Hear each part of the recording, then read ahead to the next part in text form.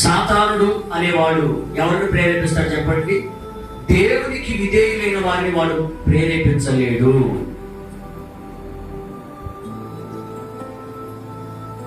దేవునికి విధేయులైన వారిని వాడు శోధించలేడు, సాధించలేడు. ఎప్పుడైతే వారు దేవుని మాట వినకుండా ఏదో ఒక తప్పుడు మార్గంలోకి వెళ్తారో అప్పుడు వారిని వాడు ప్రేరేపించి వశం చేసుకుంటాడు. ఇక్కడ దేవుని ఆత్మ ప్రేరేపిస్తుంది, ఇంకొకకెళ్ళి అపవాది కూడా ప్రేరేపిస్తుంది. అపవాది మనిషిని ప్రేరేపించి పనులు చేయించుకుంటాడు, దేవుని ఆత్మ కూడా ప్రేరేపించి పనులు చేయించుకుంటాడు. అపవాది వలన మీరు ప్రేరేపించబడి చేస్తున్న పనులేంటి, దేవుని ఆత్మ ద్వారా ప్రేరేపించబడిన చేసిన పనులు ఏంటో నేను చెప్తాను కదా. దేవుని ఆత్మ మిమ్మల్ని ప్రేరేపించగా మీరు బాప్తిసం పొందారు. దేవుని ఆత్మ మిమ్మల్ని ప్రేరేపించగా మీరు మారు మనసు పొందారు.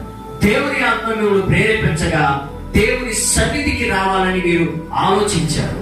దేవుని ఆత్మ మిమ్మల్ని ప్రేరేపించగా దేవునితో సత్సంబంధాన్ని కలిగి ఉండాలా, చచ్చినా బ్రతికినా దేవునితోనే నేను ఉండాలని ఒక ఆలోచన ఆ బలంగా మీకు కలిగి ఉంది.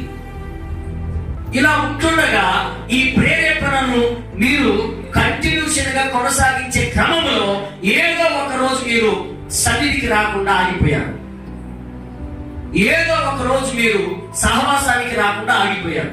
ఆ సమయంలో అపవాది మిమ్మల్ని మరలా ప్రేరేపించి వాడు ఏం చేశాడు తెలుసా? పాటలు పాడుతున్న నీకు సమయానికి రాకుండా ఆపేశాడు. ఇక్కడ పాటలు పాడేటువంటి వరమండలు ఉన్నారు, కానీ వాళ్ళు ఇప్పుడు పాడలేకపోయారు. ఎందుకు? సమయానికి రాలేదు. వాటిని డైలీ అలానే చేస్తున్నాడు. నిన్ను సమయానికి రాకుండా నీ వరం ఉపయోగపడకుండా నేల కూలి చేశాడు. ఇక చివరికి నీ పరిస్థితి ఎలా ఉంటుందంటే ప్రార్థన కూడా పోలేనేమో. ఎందుకమ్మా అంటే నాకు ఒంట్లో బాగలా. అసలు నిన్ను దేవుడు పట్టుకుంది ఒంట్లో బాగలేనప్పుడు కదా, అది నాకు గుర్తు లేదు. అప్పుడెప్పుడు అది జరిగింది, కానీ అప్పుడంటూ వచ్చినా కానీ ఇప్పుడు రాలేదు.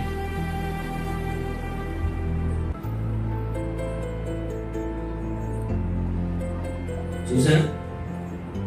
ఒకప్పుడు ఏ బలహీనత వలన దేవుడికి నువ్వు పట్టబడ్డావో ఈ రోజున మరలా అదే బలహీనత వలన సాతాను పట్టబడ్డావు.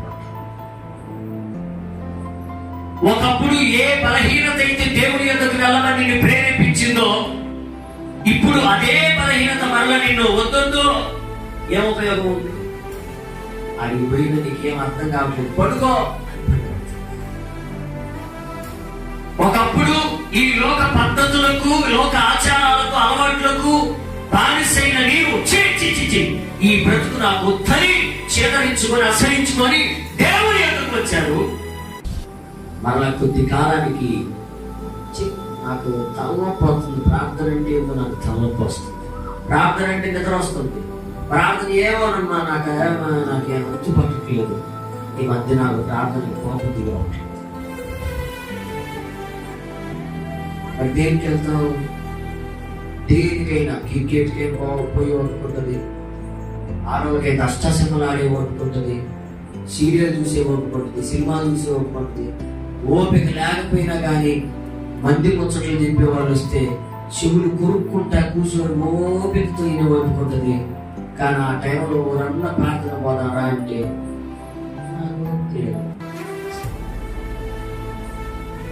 నీ ప్రేరేపణ దేనికి అయిపోయింది?